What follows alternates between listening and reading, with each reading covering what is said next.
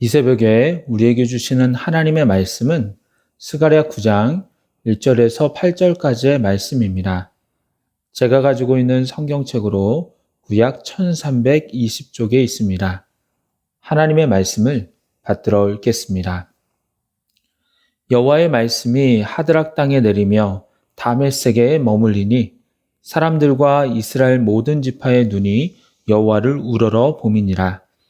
그 접경한 하맛에도 임하겠고 두로와 시돈에도 임하리니 그들이 매우 지혜로움이니라. 두로는 자기를 위하여 요새를 건축하며 은을 택길같이 금을 거리에 진흙같이 쌓았도다. 주께서 그를 정복하시며 그의 권세를 바다에 쳐 넣으시리니 그가 불에 삼켜질지라. 아스글론이 보고 무서워하며 가사도 심히 아파할 것이며 에글론은 그 소망이 수치가 되므로 역시 그러하리라. 가사에는 임금이 끊어질 것이며 아스글론에는 주민이 없을 것이며 아수돈에는 잡족이 거주하리라.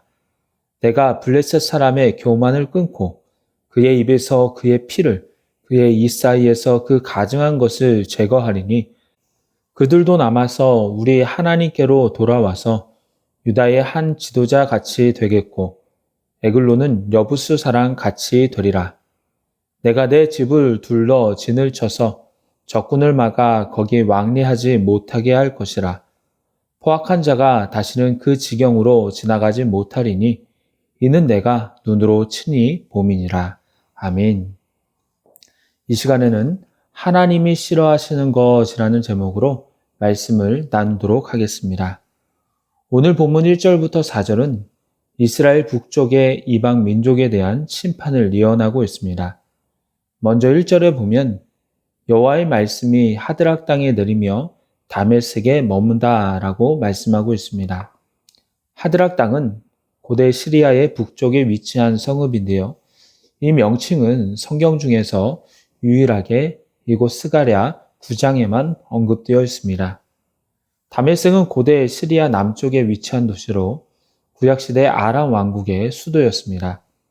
즉 하드락과 다메섹은 아람의 성읍으로 하나님은 아람에게 말씀을 내리신다는 것인데요. 우리 성경에는 번역되어서 나오지 않지만 원어 성경에 보면 말씀 뒤에 경고라는 히브리어 마사가 있습니다. 그러기에 하드락과 다메섹에 여호와의 말씀에 경고가 임했다라고 번역하는 것이 맞습니다. 아람을 심판하시겠다고 말씀하시는 것입니다. 그로 인해 어떠한 일들이 일어납니까? 사람들과 이스라엘 모든 지파의 눈이 여호와를 우러러 봅니다. 하나님께서 이 세상을 주관하시며 아람을 심판하시는 것을 통해 하나님의 주권과 위대하심을 보게 된다는 것입니다. 그 다음 2절부터 보시면 하맛에도 두로와 시돈에도 여호와의 심판이 임하게 되는데요. 그들은 매우 지혜로웠다라고 합니다. 하맛은 수리아의 성읍으로 알려져 있습니다. 두로는 지중해 연안 도시국가로 아셀 지파 북쪽의 접경지대에 위치했는데 이스라엘이 가나안을 정복할 당시에 이미 견고한 도시국가의 형태를 갖추고 있었습니다. 이 도시는 다윗과 솔로몬 시대에는 이스라엘과 우호조약을 맺고 백향목과 건축자재, 목공, 석공 기술자를 지원하기도 했습니다. 시돈 또한 두로와 마찬가지로 지중해 연안 도시국가로 페니키아 사람들이 세운 대표적인 항구 도시인 동시에 도시국가였으며 건축, 장신구 제작, 상하 가공 등의 기술이 발달한 도시였습니다. 2절 하반절에는 이러한 하맛과 두로와 시돈을 매우 지혜로웠다라고 합니다. 보통 성경에서 지혜로움은 칭찬으로 쓰입니다.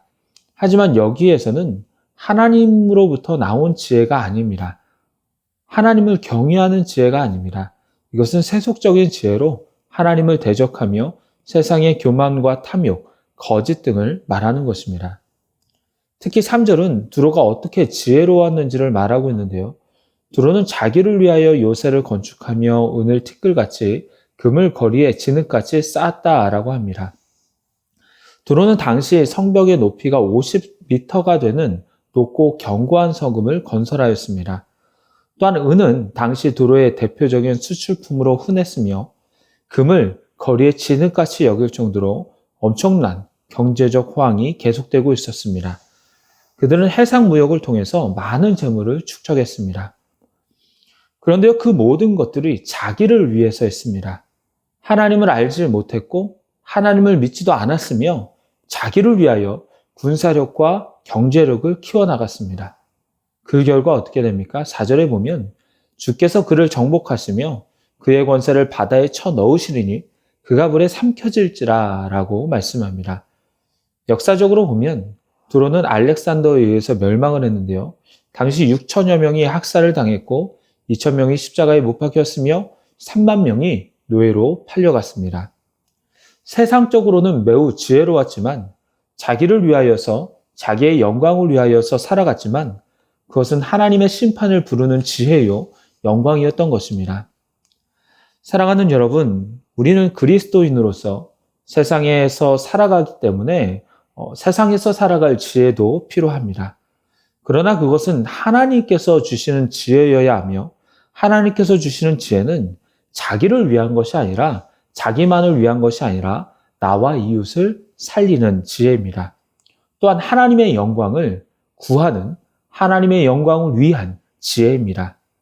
이러한 지혜를 구하며 그리스도인으로서 하나님 나라를 확장시키는 데 쓰임받기를 간절히 소망합니다. 5절부터는 아스글론, 아사에글론, 아스돗이 언급되는데요. 이들은 모두 블레셋의 도시로 두로와 가까운 곳에 위치하고 있었습니다. 아스글론은 두로의 멸망을 보고 무서워한다고 하며 주민이 없을 거라고 합니다. 가사도 심히 아파할 것이며 임금이 끊어질 것이라고 합니다. 에글론은 그 소망이 수치가 된다고 합니다. 에글론 같은 경우는 두로를 방어막으로 의지했던 것 같습니다. 의지했던 두로가 멸망하니 소망이 수치가 될 수밖에 없습니다. 아스도데는 잡족이 거주한다고 합니다. 잡족이 거주하게 된다는 것은 아스도데에 사는 원주민들이 추방을 당하고 대신 이방인들이 들어와서 함께 살게 됨을 의미하는 것입니다. 역사적으로 보면 두로가 멸망한 후에 이 도시들은 알렉산더에 의해 점령을 당했고 가사의 왕은 잡혀갔으며 그 지역 사람들은 다른 곳으로 이주되었습니다. 하나님의 말씀대로 이루어진 것입니다. 왜 하나님은 이러한 일들을 허락하셨습니까? 6절 마지막에 보면 내가 블레셋 사람의 교만을 끊고 라고 나와 있습니다. 블레셋은 오랜 기간 이스라엘을 괴롭혔던 나라입니다. 사울 시대에 블레셋 장수 골리앗은 하나님의 군대를 모욕하기도 했습니다. 하나님을 인정했다면 하나님을 섬기는 이스라엘을 존중했을 텐데 그러한 것이 전혀 없었습니다. 오히려 그들은 그들의 신을 더 따르며 하나님을 이기고자 했습니다. 하나님은 그들의 그러한 교만을 끊어버리고자 한 것입니다. 그렇게 할 때 어떤 현상이 일어나느냐? 7절 하반절을 보면 그들도 남아서 우리 하나님께로 돌아와서 유다의 한 지도자와 같이 되겠고 에글론은 여부스 사람같이 되리라 라고 말씀합니다. 교만이 꺾인 블레셋 사람들이 그들의 우상을 버리고 하나님께로 돌아가게 된다는 것입니다. 유다의 한 지도자와 같이 하나님 앞에서 그들의 영토와 백성들을 갖게 된다는 것입니다. 또한 여부스 사람같이 된다라고 하는 것은 이스라엘 백성들과 같이 하나님을 온전히 섬긴다고 하는 것인데 여부스 사람들이 어떤 사람입니까? 본래 예루살렘에 거주하던 가나안 사람들이었습니다. 가나안 정복 당시 예루살렘을 완벽하게 정복하지 못했기 때문에 여부스 족속과 같이 살기는 했지만 세월이 지남에 따라서 여부스 족속은 유대에 흡수 동화되어서 하나님의 백성으로서 같이 살게 됩니다. 그런 것처럼 블레셋의 멸망 뒤에 저들도 하나님의 백성으로 함께 살게 된다는 것입니다. 7절까지 이방인에 대한 심판을 예언하신 후에 8절에서는 하나님께서 이스라엘을 보호하신다고 말씀하십니다. 8절을 제가 한번 읽어보겠습니다. 내가 내 집을 둘러 진을 쳐서 적군을 막아 거기 왕래하지 못하게 할 것이라 포악한 자가 다시는 그 지경으로 지나가지 못하리니 이는 내가 눈으로 친히 봄이니라. 하나님이 진을 쳐서 적군을 막는다고 하십니다. 2장 5절에서도 비슷한 표현이 있었는데요. 하나님이 친히 불로 둘러싼 성곽이 되어 주셨다라는 것이죠. 하나님의 보호입니다. 또한 8절 하반절에 내가 눈으로 친히 본다라고 하십니다. 말로만 하시는 것이 아니라 살아계신 하나님께서 그의 눈을 예루살렘으로 향하시고 그 말씀대로 보호하시겠다는 것을 강하게 선언하시는 것입니다. 실제로 역사에 보면 알렉산더가 동방 정벌할 당시 다른 나라들과 블레셋의 도시들은 많은 피해를 입었지만 예루살렘은 성전을 비롯하여 큰 피해를 입지 않은 것으로 예언이 성취되었다고 합니다.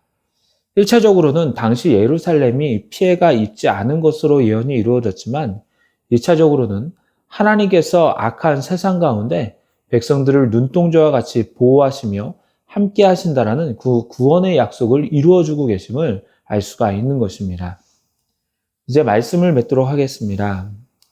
하나님이 싫어하시는 것은 세상적인 지혜와 교만입니다.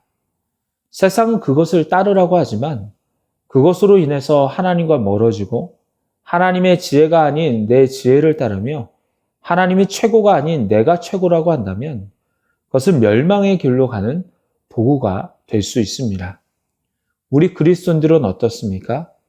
예수님을 나의 주인으로 삼고 주님의 음성에 귀를 기울이며 손해가 난다고 하더라도 그 말씀을 따르며 살아가는 사람들이 바로 그리스도인입니다. 어리석어 보이지만 그 길을 따를 때 하나님께서 친히 우리를 둘러 진을 쳐 주실 것이며 우리를 눈동자같이 보호해 주실 것입니다. 그 하나님을 온전히 믿고 따르는 저와 여러분이 되기를 소망합니다. 기도하겠습니다. 하나님, 오늘도 말씀으로 하루를 시작하게 하시니 감사를 드립니다. 세상에서는 죄가 아닌 것들이 하나님 앞에서는 죄가 될 수 있음을 깨닫습니다. 세상에 지혜가 있어 많은 재물을 가질지라도 하나님께서 그것을 기뻐하시지 않으면 거두어 가시고 그것은 헛된 소망일 수 있습니다. 우리가 가진 것이 많이 있어 자랑할 것들이 있다고 할지라도 그것을 하나님보다 더 사랑하며 하나님의 말씀이 아닌 것으로 내 삶을 채우다 보면 그것은 하나님이 기뻐하시지 않는 교만일 수도 있습니다. 주님, 저희로 세상의 지혜와 교만의 어리석음에 빠지지 않게 하시고 하나님을 가장 우선순위로 알고 말씀을 귀히 여기며 그리스도인으로서 정결하고 거룩한 삶을 살아갈 수 있도록 인도하여 주시옵소서. 이 모든 말씀 예수 그리스도의 이름으로 기도드리옵나이다. 아멘.